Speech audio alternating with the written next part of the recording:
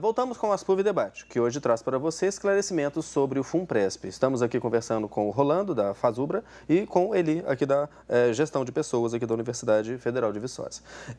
No ano passado, o Andes foi procurado pelo governo após a baixa adesão dos docentes ao FUNPRESP. Estávamos no bloco anterior discutindo aqui um pouco de futurologia, o que vai acontecer com o FUNPRESP no futuro. E eu acredito que uma boa ideia para a gente pensar o futuro é pensar o presente. Como vai a adesão ao FUNPRESP? Que visão que os nossos servidores estão tendo do FUNPRESP? Como que vocês percebem isso? Primeiro, uma pergunta aí para o Eli. O Rolando, então, faz aí o seu encaminhamento. Olha, o conhecimento que o servidor público tem a respeito de previdência complementar e, consequentemente, do FUNPRESP é o da média da população brasileira, ou seja, um conhecimento muito pequeno, tá? A gente faz esse trabalho inicial de alertá-los, né, situá-los em que legislação que eles estão, né? Mas o que a gente percebe? Os nossos servidores de classe A, B, C, técnico-administrativos e até alguns de classe D, não é o público-alvo do FUNPRESP, porque eles não têm remuneração para isso. Então, se eles forem se aposentar com remuneração abaixo de R$ 4.390, o governo garante esse pagamento a eles, tá? Do teto da Previdência. Mas quando você começa a adentrar um servidor de classe D, que faz um mestrado, faz um doutorado, um técnico de nível superior e um professor, né, essencialmente na nossa universidade um professor, quando ele se aposentar ele está ganhando acima do teto. E aí o salário inicial dessa turma é um salário muito pequeno. E eu percebo que a adesão hoje é muito pequena, muito baixa, porque as pessoas não têm condições econômicas de estar fazendo aí essa contribuição de 7,5%, 8% e 8,5% acima do que ele ganha de R$ 4.390, né? Então, a razão pela qual eu vejo que a adesão hoje é baixa é a razão econômica, somado aí a esse desconhecimento que as pessoas têm, né, sobre a previdência complementar no país. Na verdade, Eli, ela é baixa também porque há uma grande desinformação. O debate da FUNPRESP é um debate muito mal feito e está muito em atraso no país inteiro. Eu comecei até elogiando a Aspuv por estar fazendo esse debate, porque na própria Fasubra eu tentei agora, mês passado, fazer um seminário no encontro nacional para debatermos a FUNPRESP e não consegui, tá? Porque parece que o movimento sindical tem medo de debater a FUNPRESP, né? Eu não tenho o menor problema de debater, sempre fui contra a FUNPRESP, mas reconheço que não tem mais alternativa. Então, essa baixa adesão também se dá muito pela desinformação. As pessoas são muito mal informadas. Mas quero repetir, tá? Eu ainda sou a favor, viu, Eli, da revolução socialista, para derrubar tudo isso e ter um Estado provedor e não um Estado mínimo, como está se figurando para o futuro desse país. A questão, volto a repetir, né? Nós estamos falando aqui de futuro, tá certo? E o futuro, ele, na verdade, ele está sendo construído, ele já está hoje, a FUNPRESP é uma realidade, né? A legislação alterou-se, né? Isso passou, a emenda 41 foi aprovada no Supremo Tribunal Federal, tá certo? Já existe o FUNPRESP aí para o Legislativo e existe o FUNPRESP para o Judiciário, ou seja, particularmente, eu acho que isso é um caminho que não tem volta, né? Ou os nossos docentes, os nossos servidores, né, público brasileiro do modo geral, se conscientizem-se disso, né? E façam a sua opção consciente. Vou para o FUNPRESP? Vou comprar de banco ou não vou ter nenhuma? Né? E ele vai ver o cenário dele, né, reflexo na vida pessoal dele daqui a 30 anos. Na verdade, ele não tem opção, né? Ele tem que ir para a FUNPRESP. Porque na FUNPRESP, pelo menos, o governo é 1 para 1. Cada R$1 que eu dou, o governo dá R$1, até 8,5%. Se ele for para qualquer fundo de fora... Pior cenário. É o pior cenário, porque vai ser só a minha contribuição e não vai haver a contribuição do governo. E mais, e para o pessoal que entrou de 2003 a 2012, até 2013, até fevereiro de 2013, tem que lembrar o seguinte, tá? Que o governo não dá 1 para 1. Tá?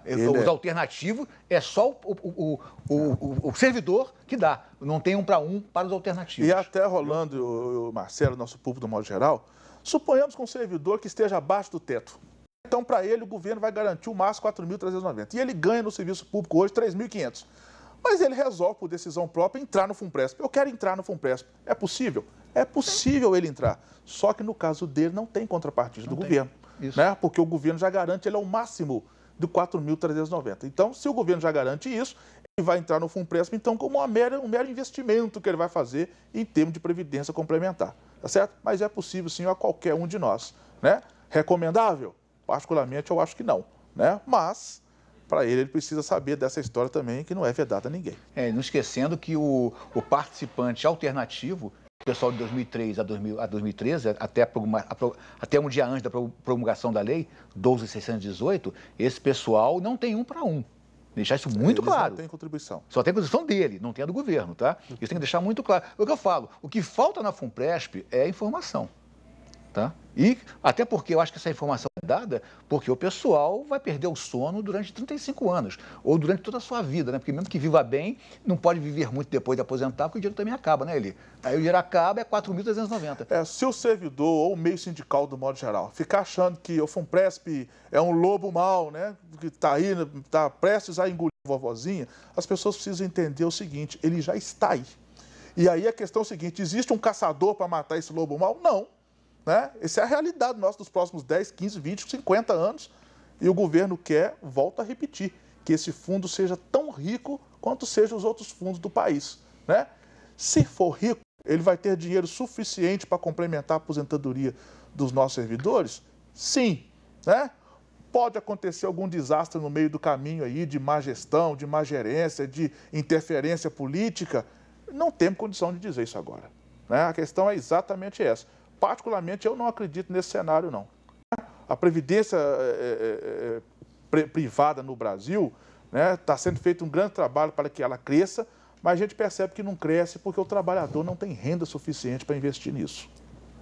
Nitidamente. Falaram isso para o pessoal da Varig e está todo mundo sem receber pensão, viu, Eli? Falaram isso para o pessoal da CAPEM, do Monte Pio, família militar, tá? E dizer o seguinte, Eli, tá? Realmente não há alternativa, a revolução socialista não vai acontecer, tá?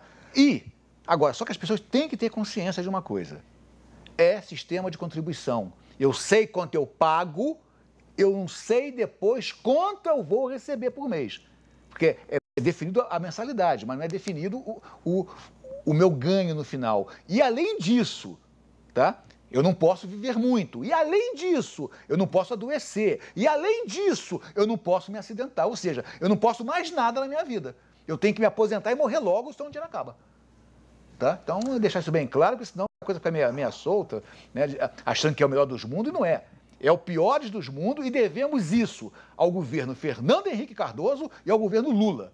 Tá? Porque na emenda 20 e na 41. Infelizmente, é o Estado mínimo para o povo brasileiro e máximo para os banqueiros. A FUNPRESP é um Estado máximo para os banqueiros. Bom, pensando em termos de futuro, vocês imaginam que ela chegou para ficar, está aí, como foi dito. Uma certa, que a gente pode dizer também, a gente já falou aqui de uma privatização dessa questão da Previdência. E futuras reformas, o que vocês percebem nesse processo? Olha, nos últimos 3 anos, a gente tem acompanhado aí algumas entrevistas do ministro Garibaldi Alves, da Previdência Social, alguns estudos aí de alguns institutos aí de pesquisas econômicas pelo Brasil. E o cenário que a gente vê, né? A gente tem um certo receio do governo aumentar a idade de todos nós que já estamos no sistema. Eu tenho um certo receio se ele acabar com essa situação da integral hoje, para quem ainda não preencheu os requisitos do chamado direito adquirido. Né? A gente tem um certo receio do que ele vai fazer com a pensão das viúvas, que eles vêm falando muito isso, que vão acabar com essa questão da integralidade da pensão das viúvas. Qual argumento? Ora, se um casal vive hoje com 10 mil reais, o servidor marido falece, por que então que a viúva, a esposa, tem que viver com os 10 mil? Ela pode viver com a queda aí de 30%. Detalhe da história que pouca gente sabe. A emenda 41, né, lá de 2003, e a lei 10.887, lá de 2004, ela já impõe, tá certo? Um desconto nas pensões de qualquer servidor público hoje que falece. Qualquer um.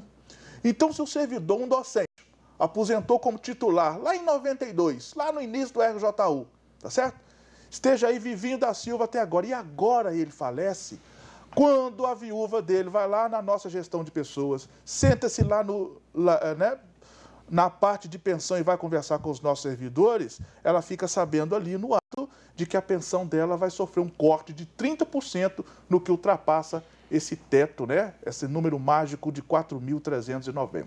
Então já há isso para as atuais pensionistas, né? E a gente vê entrevistas aí de autoridades federais dizendo que vão aprofundar um pouco mais essas reformas, esses cortes aí para o futuro. Então, vamos esperar aí os próximos capítulos aí de 2015 em diante. E outra coisa, um sistema saudável, previdenciário, é na proporção de 3:1. Hoje nós estamos 1:1. Com a previdência complementar agora, vai sair boa parte de dinheiro, de receita desse bolo do regime próprio nosso, que vai para a FUNPRESP. O que vai acontecer é simples, uma questão de matemática, são cálculos atuariais. Não precisa nem ser Nostradamus para falar o que eu vou falar aqui agora. Não tem jeito. Vamos ter reformas previdenciárias duríssimas pela frente, porque matematicamente o dinheiro vai diminuir. Tá? E vai demorar muito tempo ainda para que as pessoas venham a falecer e deixem de ter pensão, e deixem de ter aposentadoria e ter pensão. E mais, Eli, é melhor perder 30% a viúva hoje, que é uma maldade, uma maldade da emenda 41, é melhor perder 30 do que perder tudo, porque o dinheiro acabou e meu porquinho secou lá na FUNPRESP. Agora, Rolando, né, o Brasil, nós estamos no mundo, nós estamos diante da realidade. Essa questão de reforma da Previdência, isso aconteceu aí nos últimos anos na França, na Itália, na Espanha, todos os países aí do primeiro, no Chile, tá certo? A Argentina não é diferente, não há como o Brasil fugir disso.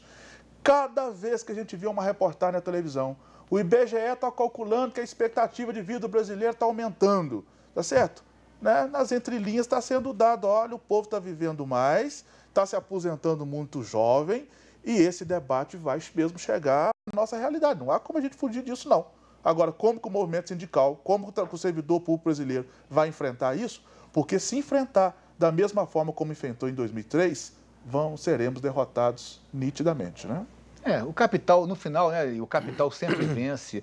E aproveitar, que a turma no final do programa, né, aproveitar e agradecer ao ASPUV, mandar um forte abraço para o pessoal da ASAV, para a Wanda, para o professor João Carlos, que é da CONAS, é o presidente da CONAS, eu sou membro da CONAS também, e ao Luiz Cláudio Costa, né, que senta na mesa com a gente, joga duro, joga muito pesado, e tem que ser mais bonzinho, mais legal com os docentes, mais legal com os técnicos administrativos.